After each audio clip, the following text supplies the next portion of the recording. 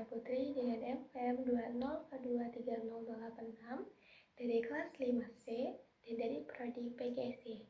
Kali ini saya akan membahas materi tentang menganalisis model pendekatan, strategi, metode, dan teknik pada pembelajaran IPS di SD. Nah, materi yang akan saya bahas yaitu yang pertama scientific, yang kedua yaitu project based learning, yang ketiga yaitu deep learning. Nah, yang pertama yaitu ada pengertian pendekatan saintifik. Pendekatan saintifik merupakan pembelajaran yang berpusat kepada peserta didik, bukan kepada guru. Guru hanya sebagai fasilitator.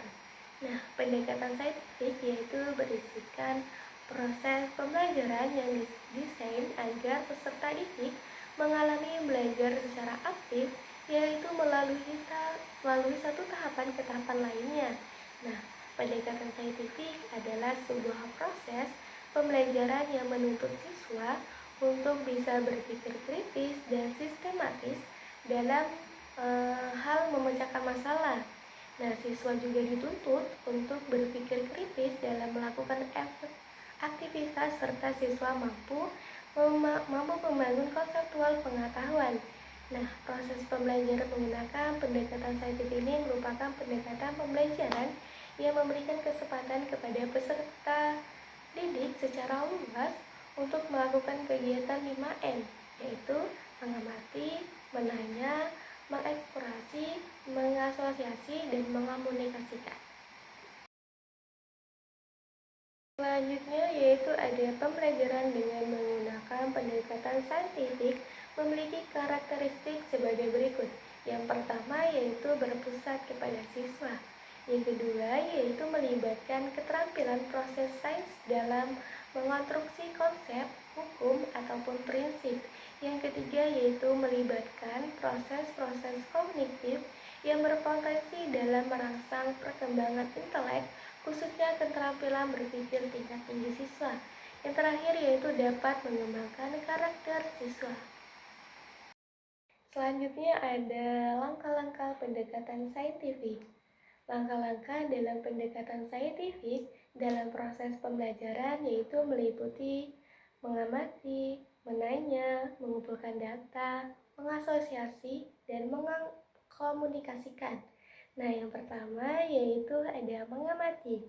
Kegiatan yang pertama adalah mengamati. Salah satu caranya adalah observasi, yang mana metode ini merupakan strategi pembelajaran yang mengutamakan pendekatan kontekstual dan media asli dalam rangka pembelajaran siswa yang mengutamakan kebermaknaan proses belajar mengajar.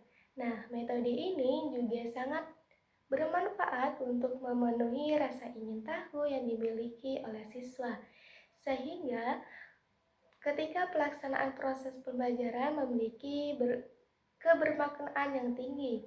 Penerapan ini dalam proses pembelajarannya berupa membaca, mendengarkan, menyimak, dan melihat tanpa atau dengan alat bantu. Nah, metode ini memiliki keunggulan tertentu, seperti menyajikan objek yang nyata, peserta didik dengan senang dan tenang dan mudah pelaksanaannya. Nah, guru juga memberikan fasilitas kepada siswa untuk melakukan pengamatan, melatih mereka untuk memperhatikan, melihat, membaca, dan mendengar. Nah, hal yang penting dari suatu benda atau objek. Adapun kompetensi yang diharapkan adalah melatih kesungguhan, ketelitian, dan mencari informasi. Nah, yang kedua yaitu ada menanya. Langkah yang kedua adalah menanya. Kegiatan dalam proses belajar mengajar adalah mengajukan pertanyaan tentang informasi yang kurang atau kurang dipahami dari apa yang diamati, atau pertanyaan untuk mendapatkan informasi tambahan tentang apa yang diamati. Nah, kompetensi yang dikembangkan dari langkah ini adalah kreativitas dan rasa ingin tahu. Kemampuan merumuskan pertanyaan yang berguna untuk membentuk pikiran kritis. Nah, hal tersebut sangat diperlukan untuk hidup cerdas dan belajar sepanjang hayat. Dalam kegiatan ini, dalam kegiatan mengamati guru membuka kesempatan secara luas kepada peserta didik untuk bertanya mengenai apa yang dilihat, apa yang disimak, dibaca, atau dilihat. Nah, melalui kegiatan bertanya dapat dikembangkan rasa ingin tahu yang dimiliki oleh siswa. Yang ketiga yaitu ada mengumpulkan informasi. Kegiatan ini mengumpulkan informasi merupakan tindak lanjut dari kegiatan bertanya. Kegiatan ini dilakukan dengan mengali serta mengumpulkan informasi dari berbagai sumber melalui berbagai cara. Aktivitas mengumpulkan informasi dilakukan melalui eksperimen. Nah, seperti membaca sumber lain seperti buku teks, mengamati objek atau kejadian atau aktivitas, wawancara dengan narasumber, dan lain sebagainya. Nah, adapun kompetensi yang diharapkan adalah mengembangkan sikap teliti, jujur, sopan, menghargai pendapat orang lain, kemampuan berkomunikasi, menerapkan kemampuan mengumpulkan informasi, berbagai cara yang dipelajari atau mengembangkan kebiasaan belajar dan belajar sepanjang hayat. Yang keempat yaitu ada mengasosiasikan atau mengelola informasi atau menalar. Nah, langkah yang keempat adalah mengasosiasikan atau mengelola informasi atau menalar. Menalar adalah salah satu istilah dalam kerangka proses pembelajaran pendekatan saintifik yang digunakan untuk menggambarkan guru dan siswa, yang mana siswa harus lebih aktif dari guru. Penalaran sendiri adalah proses berpikir yang logis dan sistematis sesuai dengan fakta-fakta empiris yang kemudian diobservasi untuk mendapatkan kesimpulan yang berupa pengetahuan. Nah, yang kelima yaitu ada mengkomunikasikan. Nah, pada langkah ini diharapkan kepada peserta didik dapat mengkomunikasikan hasil kerjaan yang telah disusun, baik secara bersama-sama maupun dalam kelompok. Nah, dari hasil kesimpulan yang telah dibuat bersama atau kegiatan mengkomunikasikan ini dapat dilakukan dalam bentuk pajangan atau lisan dalam bentuk presentasi. Mengkomunikasikan juga dapat berupa video atau artikel yang diupload melalui media digital. Selanjutnya yaitu kita akan membahas tentang Project Based Learning. Project Based Learning adalah berbasis proyek atau metode pembelajaran yang melibatkan siswa secara aktif dalam proyek-proyek dunia yang nyata dan kompleks dan bermakna untuk memperoleh pengetahuan dan keterampilan.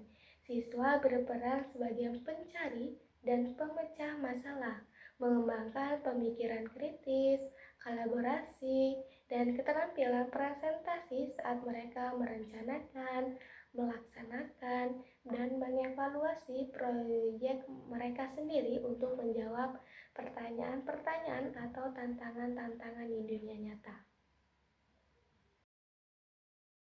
Selanjutnya yaitu ada karakteristik Project Based Learning.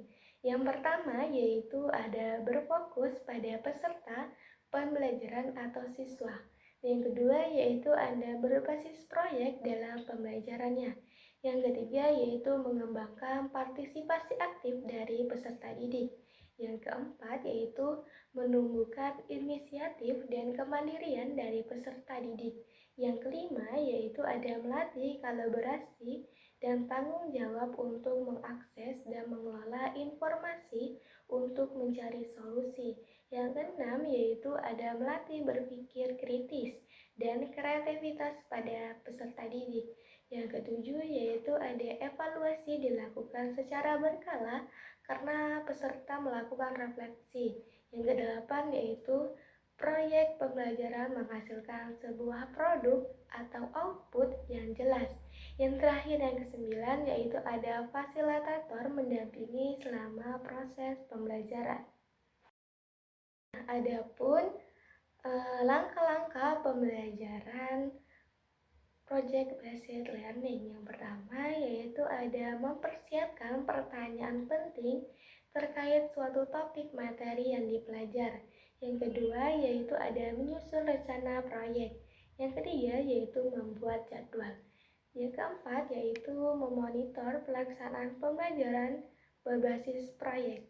Yang kelima yaitu menguji dan memberikan penilaian atas proyek yang dibuat. Yang terakhir, yang keenam, yaitu ada evaluasi pembelajaran berbasis proyek. Selanjutnya yaitu kita akan membahas tentang deep learning.